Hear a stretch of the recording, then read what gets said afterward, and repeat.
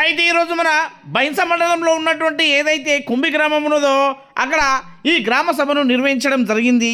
ఆ గ్రామ సభలో భాగంగా గ్రామంలో ఉన్నటువంటి పేద మధ్యతరగతి బడుగు బలహీన వర్గాలు, అదేవిధంగా రైతులు, మహిళలు, యువకులు పెద్ద మొత్తంలో ఆ కార్యక్రమంలో పాల్గొనడం జరిగింది.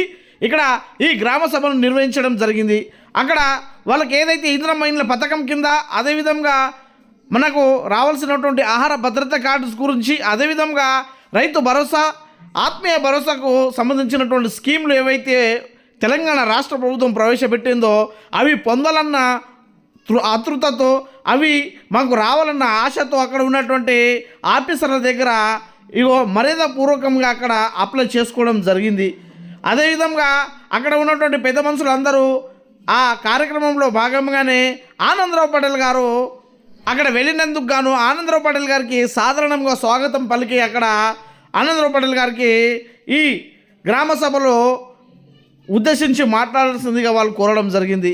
ఆనందరావు పటేల్ గారు మాట్లాడుతూ ఏదైతే పేద మధ్యతరగతి బడుగు బలహీన వర్గాలకు ఇక్కడ మన తెలంగాణ రాష్ట్ర ప్రభుత్వము ఈ 4 స్కీమ్లను తెచ్చిందో అవి ప్రతి ఒక్కరు కలిసిమెలిసి ఆనందంగా శాంతియుతంగా అప్లై చేసుకొని ప్రతి ఒక్కరు పొందాలని, పేదవాళ్ళ పక్షాన నిలబడి ప్రభుత్వం కాంగ్రెస్ గవర్నమెంట్ కాబట్టి ఖచ్చితంగా ఎవరు గొడవలు చేసుకోకుండా, రాజకీయంగా వెళ్లకుండా పేదలకు న్యాయం జరిగే విధంగా ప్రతి ఒక్కళ్ళు ఇక్కడ గ్రామ సభలు నిర్వహించి వాళ్ళకు లబ్ధిదారులకు ఎన్నుకోవాలని అక్కడ తెలపడం జరిగింది.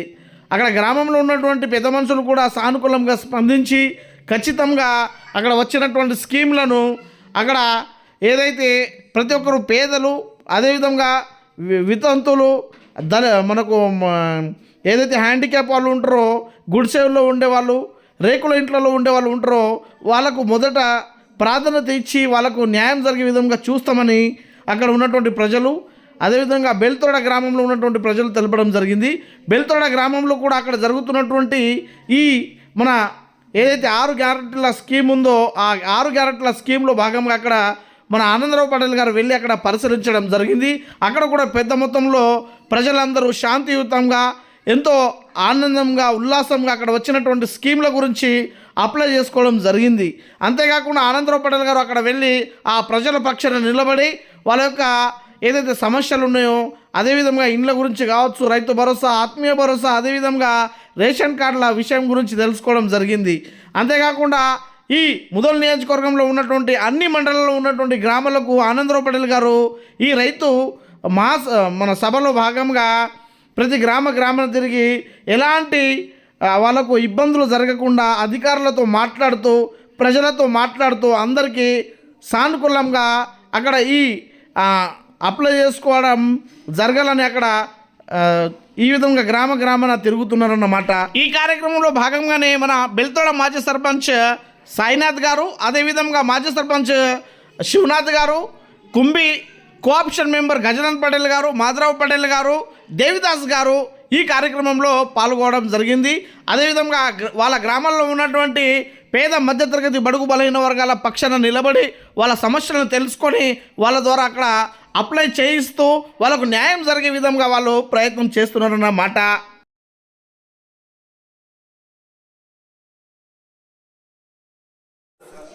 कुंभी हे गाव म्हणजे एक आदर्श गाव आहे. एका सिस्टमला कसं बेनिफिट करून घ्यावं, काय करावं मला इथल्या लोकांना सगळ्यांना चांगला अनुभव आहे. आज जे या ग्रामसभेचा उद्देश, परवा जे घराघराला जे आहे ते आपलं सेक्रेटरी जे फिरून जे आहे ते सर्वे केलेत, त्या सर्वे प्रमाणे काही लिस्ट इथं सांगण्यात आली, पण ते फायनल लिस्ट नव्हतं, आणखी हे झालेलं नव्हतं, फक्त ते तुमच्या पुढे ठेवण्यासाठी केलेलं आहे. आणखी कोणी राहून गेलं तर आपण कंपल्सरी त्या आपण अप्लिकेशन देऊ शकता. आज उद्या परवा दिवशी बी आणखी मंडळमध्ये जाऊन बी देऊ शकता. तुम्हाला टेन्शन राहू द्या. किंवा आपल्याला इंद्रामाच्या घर आज जे आहे ते 10-15 वर्षापासून आज घरं नाहीत. आता तेव्हा आपलं गाव उठलं तेव्हाच घर आलं, त्याच्यानंतर घर आलं नाही. तेव्हापासून एकाचे 2 भाऊ झालेत, 3 भाऊ झालेत, लग्न झालेत. प्रत्येकाला आपल्याला कोणाकोणाला घरं पाहिजे, ते सगळेजण त्याचा फायदा घ्यावा. याच्यामध्ये पार्टी वगैरे काही पॉलिटिक्स नाही. त्याच्यामध्ये जे गरीब राहते त्याला पहिले चान्स द्यावा. 4 वर्ष आहे स्कीम ही. या वर्षी, पुढच्या वर्षी, त्या वर्षी, म्हणजे 4 वर्ष सरकार राहते.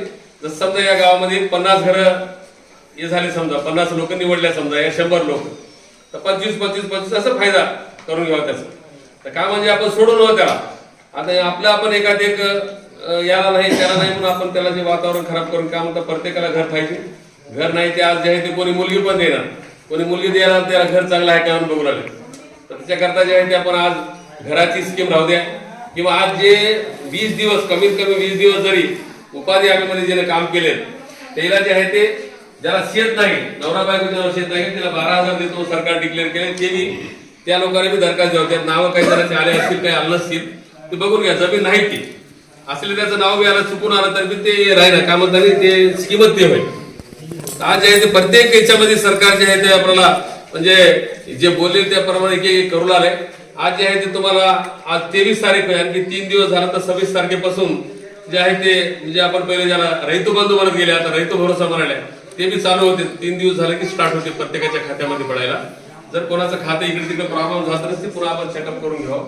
तर आज जे जे स्कीम बोलले ते सगळे जे आहेत ते एक अंमल होणार आहेत. तर त्याचा आपण गावामध्ये सगळे मिळून मिसळून त्याचा फायदा घ्यावा आणि त्याच्यामध्ये हे पार्टी ते पार्टी म्हणून ते वांदे आणून घेऊन हे करू नका. का म्हणता आपल्या खेड्याला जास्तीत जास्त सगळे आपण गरीब लोक झालो. तर प्रत्येकाला घर पाहिजे, प्रत्येकाला पेन्शन पाहिजे, प्रत्येकाला रॅशन कार्ड पाहिजे. आज रॅशन कार्ड जे आहे ते 10 वर्षापासून रॅशन कार्ड नाही. प्रत्येक लोक आज नवीन लग्न होऊन मुलगी इथं आणते आहे. भाऊ आज दिवसभर राहते त्याच्यापासून घ्या. आणखी उद्या बी आपण देऊ शकता, परवा दिवशी देऊ शकता. देऊन जे आहे ते आपण सगळेजण याचं बेनिफिट घ्यावं म्हणून मी तुम्हाला सांगलो. का म्हणता नाही एक आपण ऑफिसला फिरलं तर कितीतरी फिरावं लागते. मग ऑफिसर इथं आलतो वा आज कुबीर मंडळमध्ये गेलो होतो तर तिथं थोडं लोक जे आहे ते सगळे तिचे पर्सनल भांडणामध्ये भाडून घेतले. त्याच्यामध्ये जे आहे ते ग्रामपंचायतचे काही समस्या होत्या कुबीरचे. तिथं आतापर्यंत 3-4 स्पेशल ईओ जे आहेत ते बदली झाले. तिथं गावाला 20-20 दिवस पाणी आलं नाही म्हणून त्याच्यावर गोंधळ होऊन ती मीटिंग जे आहे ते पुन्हा सगळ्या वरच्या ऑफिसरला बोलवून जे आहे ते मी होतो तिथं. पुन्हा जे आहे ते उद्या पोस्टपोन करण्यात आले, उद्या ठेवण्यात आली मीटिंग. त्याकरता आज जे आहे ते मला कुंभीचं म्हणजे जावं वाटलं इथं. का म्हणजे कुंभीचे लोक चांगले माणसं असतात, चांगलं पद्धतशीर मीटिंग करून घेऊन त्याचा फायदा घेऊन जे आहे ते आज रेवंत रेड्डी जे आहे ते आपला जेवढं बोलाय त्याच्यामध्ये कमी की जास्त की सगळं होत येऊ लागलंय. एकच वर्ष झालं सरकार येऊन. उद्या जे आहे ते आणखी म्हणजे आपल्याला कोणती जरी स्कीम आली तर असंच मिळून मिसळून राहून त्याचा फायदा घ्यावा. आज म्हणजे रेवंत रेड्डी साहेब आणि आपले सीता मिनिस्टरला मी आभार सांगतो. का म्हणजे आज त्यांनी बोललेल्या गोष्टीला चालवले आणि त्याचा आपण सगळे कुंभी ग्राम असे फायदा घेऊन आपण जे आहे ते चांगलं सुधारणा राहून एवढं बोलून माझे 2 शब्द